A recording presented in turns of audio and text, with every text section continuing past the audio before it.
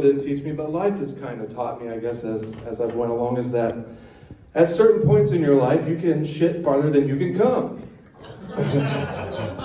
Once you put these two aspects into perspective, I think that you get a different perspective on life. Because, for example, let's say that you're driving down the road, and this has all happened to us, probably even on the way here today. Maybe you were on 75, and you were in the second lane trying to get over, but there was just a bunch of people zooming by you or cutting you off on the way. If you realize that they didn't mean anything mean by it, that perhaps they just had to shit themselves, you might be a little more forgiving. You see how this goes. So, you think you can endure 5 minutes of shit jokes? It might be a little gross, but I think that it's interesting that we explore this.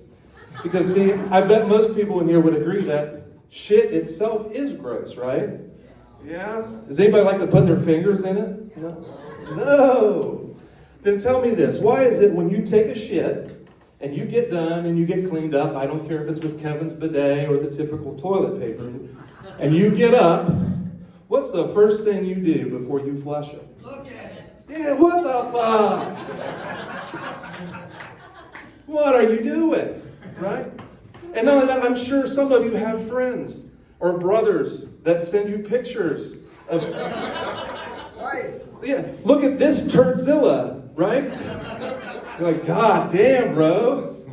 Lay off the chicken wings all you can eat. You know what I'm saying? Like, I like McChickens too, but fuck. If you think about it, when you look at your favorite people, and I don't care if you want to argue Biden or Donald Trump, they both shit themselves. Biden probably more at this point. This is a Republican crowd, apparently.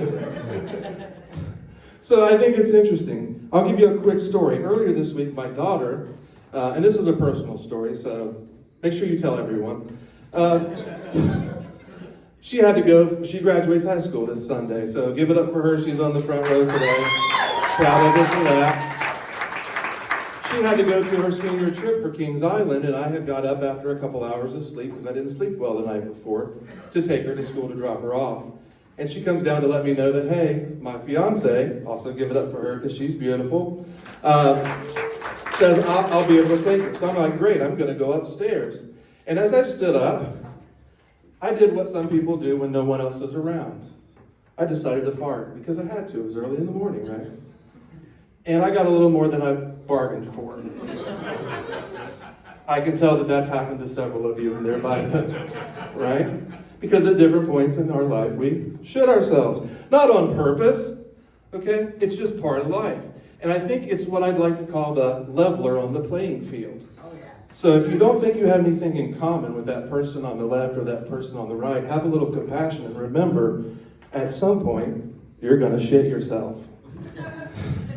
It actually would help, too, if you want to get out of work early. So the other day I was at work. And I threatened, to the boss, because I'm a server right now, like the other girl at First Watch. Like I said, I take my boards Tuesday. And I wanted to get the fuck out of there, right? So I told her, I said, look, at 7:30, I'm going to shit myself, and it wouldn't be the first time today that I've done that. I was just bluffing, just blowing air. Not really. Anyway, you guys have been a great crowd, and remember, shitting farther than you can come is not necessarily a bad thing, all right? Have a good night, and I think our next comedian is Gavin Sparkle. If I said it right, give it up for Gavin. Pray that he doesn't shit himself up here. Hey, give it up for Jason.